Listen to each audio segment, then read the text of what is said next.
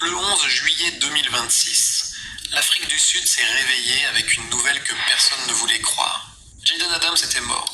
Il n'avait que 25 ans. Quelques semaines plus tôt, on le voyait encore courir sur les pelouses de la Coupe du Monde, le maillot des Bafana Bafana sur les épaules, au milieu des meilleurs joueurs de la planète.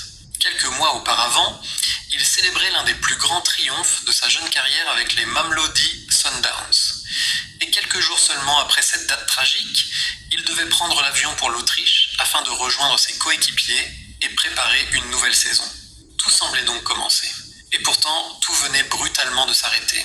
Comment un homme aussi jeune, un sportif de haut niveau qui venait de réaliser son rêve d'enfant, pouvait-il disparaître aussi soudainement ? Que s'était-il passé entre son retour de la Coupe du Monde et ce matin du 11 juillet ? Pourquoi sa famille demandait-elle immédiatement qu'on respecte son silence ? Et surtout, pourquoi aucune cause officielle n'était-elle encore annoncée ? Très vite, les hommages ont commencé à affluer. Des supporters, des joueurs, des entraîneurs et des responsables du football sud-africain ont exprimé leur stupeur. Le ministre sud-africain des Sports a parlé de la disparition de l'un des plus brillants jeunes talents du pays. Pour beaucoup, Jayden Adams ne représentait pas seulement un joueur prometteur. Il incarnait une génération entière, celle qui croyait de nouveau possible de voir l'Afrique du Sud se faire respecter sur la scène mondiale. Mais au milieu de l'émotion, une consigne revenait sans cesse, ne pas spéculer. La police avait ouvert une enquête. Les circonstances exactes de sa mort n'étaient pas encore connues.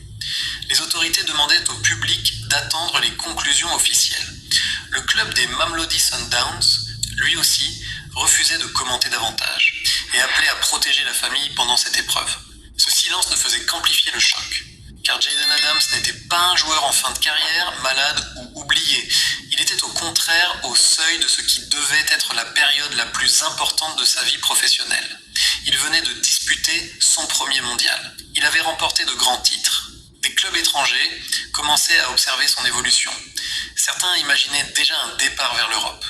D'autres le voyaient devenir l'un des futurs cadres de la sélection sud-africaine. Même son entourage ne percevait aucun signe annonçant une tragédie. 2 jours avant sa mort, Jayden parlait encore de football, de reprise, de nouveaux défis et de la saison qui arrivait. Il semblait enthousiaste. Il avait des projets. Il voulait retrouver sa famille, puis revenir sur le terrain plus fort après l'expérience de la Coupe du Monde.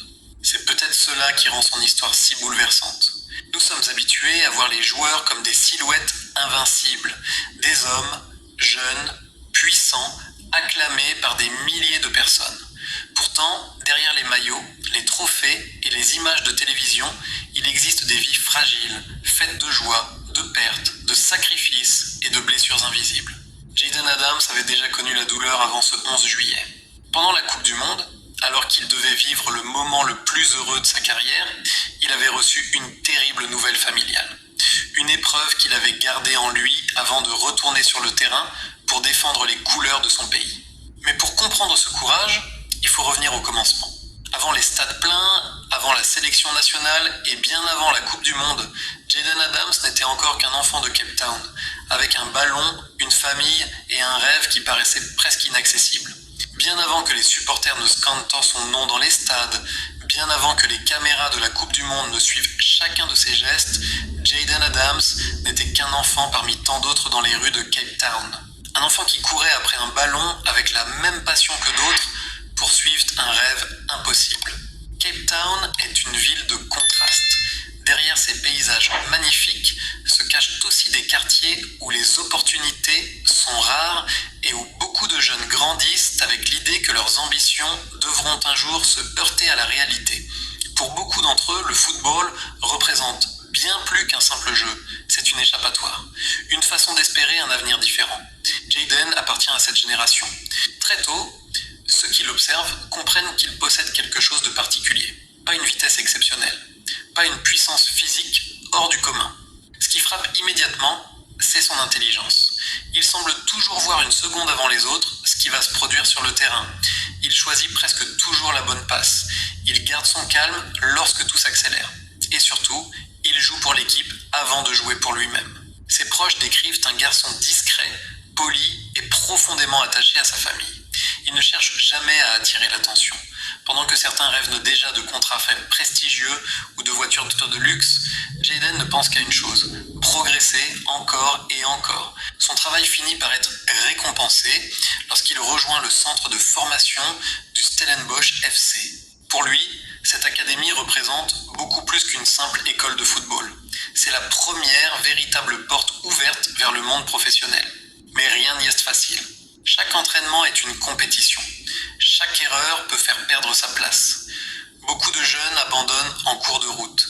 D'autres voient leurs rêves s'arrêter à cause d'une blessure ou d'un manque de confiance. Jaden, lui, choisit une autre voie. Il écoute davantage qu'il ne parle. Il observe les joueurs plus expérimentés, il reste souvent après les séances pour perfectionner son jeu. Les entraîneurs apprécient rapidement son état d'esprit. Il découvre un jeune homme qui accepte les critiques, qui ne cherche jamais d'excuses et qui revient chaque semaine un peu plus fort que la précédente. Cette mentalité finit par faire toute la différence.